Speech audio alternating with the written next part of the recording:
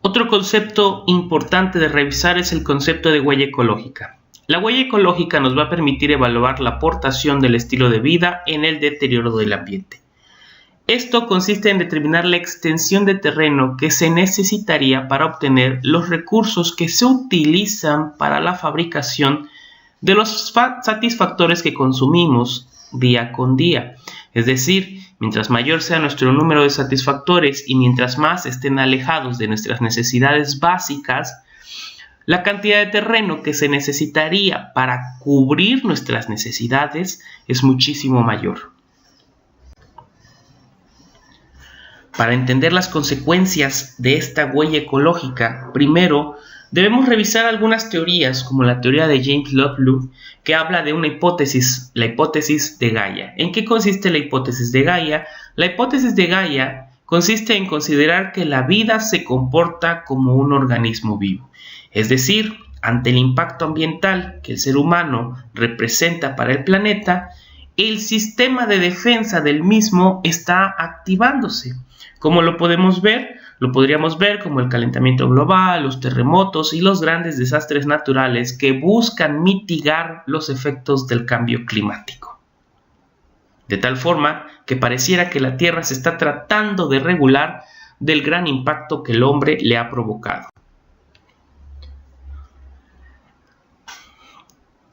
Un fenómeno natural muy importante es el efecto invernadero que pueden observar en esta imagen a la izquierda. El efecto invernadero no es otra cosa que la retención del calor proveniente del Sol por unos gases conocidos como gases de efecto invernadero. Dentro de estos gases tenemos al CO2 y al ozono. Además, el ozono no solo permitirá retener el calor, sino que además va a retachar o reflejar la peligrosa radiación ultravioleta. ¿Por qué es importante este fenómeno de efecto invernadero? Porque esto ha permitido que la Tierra permanezca caliente durante la noche, es decir, que no alcance temperaturas extremas y la vida pueda seguir sobre nuestro planeta. Sin embargo, la actividad humana ha provocado que este efecto invernadero se agudice y es a lo que actualmente conocemos como el calentamiento global. Este calentamiento global se ha dado porque los gases de efecto invernadero como el CO2 se han intensificado, de tal forma que la capa de gases de efecto invernadero es muchísimo más gruesa y la cantidad de calor retenida es mayor, lo cual ha provocado un aumento en la temperatura del planeta. ¿Pero qué consecuencias tiene esto? Por supuesto, la principal consecuencia es el cambio climático, que no es otra cosa sino el cambio en la distribución estadística de los patrones meteorológicos durante un periodo prolongado de tiempo. ¿A qué se refiere esto? Que los climas están cambiando. Las regiones que antes eran húmedas ahora son secas, las que eran frías son calientes y las que eran calientes son frías. Un fenómeno que nos permite ejemplificar esto es el llamado fenómeno del Niño, que son corrientes calientes de agua caliente que ha provocado que hayan lluvias del lado en el cual chocan con América, por ejemplo en la zona de Chile, pero que en las regiones que antes llovía hayan tremendas sequías. Otro fenómeno importante que se da por el gran impacto ambiental del hombre sobre la Tierra es el agotamiento de la capa de ozono. En la estratosfera, donde se encuentra el ozono, ocurren unas reacciones conocidas como reacciones de Chapman. Estas reacciones son de destrucción y de síntesis del ozono y que se encuentran en un equilibrio dinámico y que son mediadas por los rayos ultravioletas. En las dos imágenes superiores nos encontramos con que la molécula de oxígeno, que está formada por dos átomos de oxígeno, es destruida por radiaciones solares menores a los 240 nanómetros, con lo cual los dos átomos se separan y estos dos átomos, como son altamente reactivos, si encuentran a otras moléculas de oxígeno, se unirán y formarán ozono. Ahora, radiaciones menores a 900 nanómetros pueden destruir al ozono, formando a través de varias reacciones dos moléculas de oxígeno. Esto es un fenómeno natural, está pasando todo el tiempo, pero está en equilibrio. Así como se destruye, se construye. Estudiando un poco sobre la historia, vemos que Martinus van Marum fue el primero en generar ozono en laboratorio, mientras que Christian Friedrich descubre y da nombre a esta partícula. En esta época, para lograr enfriar, ya sea lo que hacen los aires acondicionados o los refrigeradores, se utilizaban sustancias o compuestos relacionados con el amoníaco. Estos son tóxicos y son de difícil manejo, por eso se estaba buscando una sustancia que pudiera suplir al amoníaco. Soret identificó al ozono como O3, es decir, identificó que el ozono está compuesto por 3 átomos de oxígeno. Mary Alfred Cornu lanza la teoría de que hay un gas que filtra los peligrosos rayos ultravioletas. Él no sabe qué gas es, pero cree que hay un gas que está impidiendo que entren estos rayos. Walter Noel Hartley identifica al ozono como el gas que está filtrando estos rayos ultravioletas. Griffith y McNew descubren que el bromuro acelera la descomposición del ozono, mientras que Finlay descubre que los rayos ultravioletas tienen la capacidad de causar cáncer de piel. Thomas Mickley, Albert Hehn y Robert McNary inventan los conocidos como CFC o clorofluorocarbonos.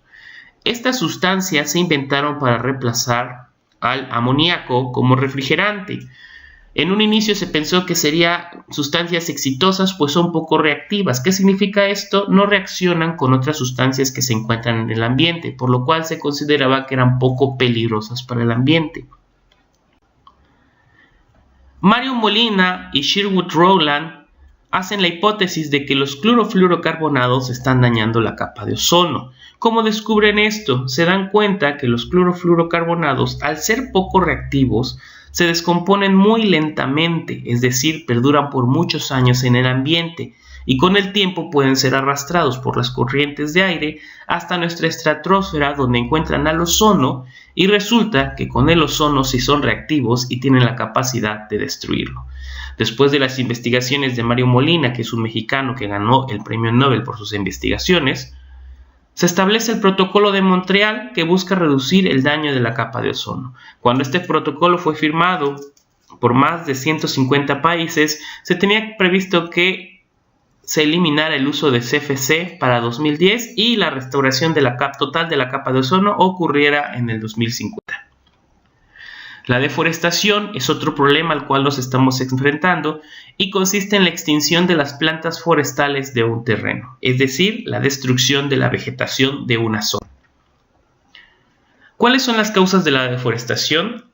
Tenemos la causa agrícola, es decir, usar terrenos o grandes extensiones de terreno para poder cultivar los alimentos de la población humana, pero también tenemos la actividad ganadera, ya que se necesitan terrenos donde crezcan pastizales. Por lo tanto, es indispensable o es necesario para poder continuar con la producción de ganado de grandes extensiones libres de árboles. También el gran crecimiento poblacional, como ha ocurrido aquí en nuestro estado, específicamente en la reserva del Cañón del Sumidero, las poblaciones empiezan a invadir zonas naturales, incluso zonas naturales protegidas como es el Cañón del Sumidero, para la construcción de asentamientos poblacionales. También una causa más de la deforestación es el aprovechamiento de recursos como las maderas. Otra causa son los incendios forestales, que pueden ser naturales o incluso provocados por el hombre. Pero ¿cuáles son las consecuencias de la pérdida de nuestra materia vegetal?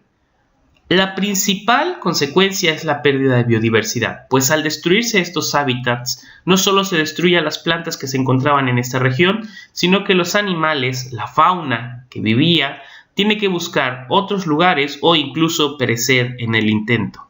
También hay una pérdida de suelo por erosión. Recordemos que la erosión es el movimiento del suelo por la acción del agua, del aire o acción biológica. Los árboles con sus raíces hacen que el suelo permanezca en su lugar. Al no estar estos, el agua, el viento pueden arrastrar los suelos. También nos lleva a un proceso de desertificación que consiste en la pérdida de la capacidad del suelo para generar vida, es decir, para el crecimiento de las plantas. Por otro lado, perdemos servicios ambientales. Recordemos que los grandes bosques atraen lluvia, atraen agua, es decir, también purifican el aire, pues hacen que el CO2 sea atrapado en forma de glucosa y liberan oxígeno. Otra de las grandes consecuencias del impacto del hombre sobre la Tierra es la extinción de especies. Algunas de las causas de las extinciones son la pérdida y degradación de hábitats, por ejemplo, en la explotación forestal se pierde el hábitat y especies que vivían exclusivamente en alguna zona, como son las especies endémicas, desaparecen de la faz de la Tierra. Otra causa es la introducción de especies no nativas. Esto ha afectado mucho a países como Australia, en la cual al introducir gatos han hecho que estos, como depredadores, consuman a especies nativas hasta llevarlas a la extinción. Captura, comercio y furtivismo consiste en capturar a las especies para realizar comercio con ellos, comercio de especies exóticas, la contaminación de sus hábitats, el propio cambio climático, ya que muchas especies no han logrado adaptarse a las nuevas temperaturas, la pesca intensiva, los depredadores y control de plagas, así como la venta de mascotas exóticas y plantas decorativas. Aquí tenemos algunos ejemplos muy sonados de especies extintas, como es el oso grizzly, que desapareció del planeta y que teníamos en México, el lobo de Tasmania, que es un caso muy sonado de Australia, la cuaga, el dugón de Steller. Otro aspecto importante del impacto del hombre sobre el planeta es la llamada contaminación. Cabe que hay que distinguir entre contaminación y contaminante. Contaminante es cualquier agente extraño que se introduce a un ambiente y que lo altera. La contaminación es el acto de introducir contaminantes a un ambiente. La contaminación puede ser del suelo, del aire y del agua. Del suelo tiene un origen urbano, industrial, agrícola y contaminantes radioactivos. Del aire, con emisión de sustancias y con forma de energías. Con emisión de sustancias como el efecto local, son el smog. Con efecto global es el agujero de ozono, el efecto invernadero y la lluvia ácida. Con formas de energías, contaminación acústica, es decir, auditiva, lumínica y electromagnética. Y la contaminación del agua puede tener también origen urbano, es decir, de nuestras casas, industrial, de las empresas, agrícola, de las zonas donde se está cosechando, ganadera y térmica.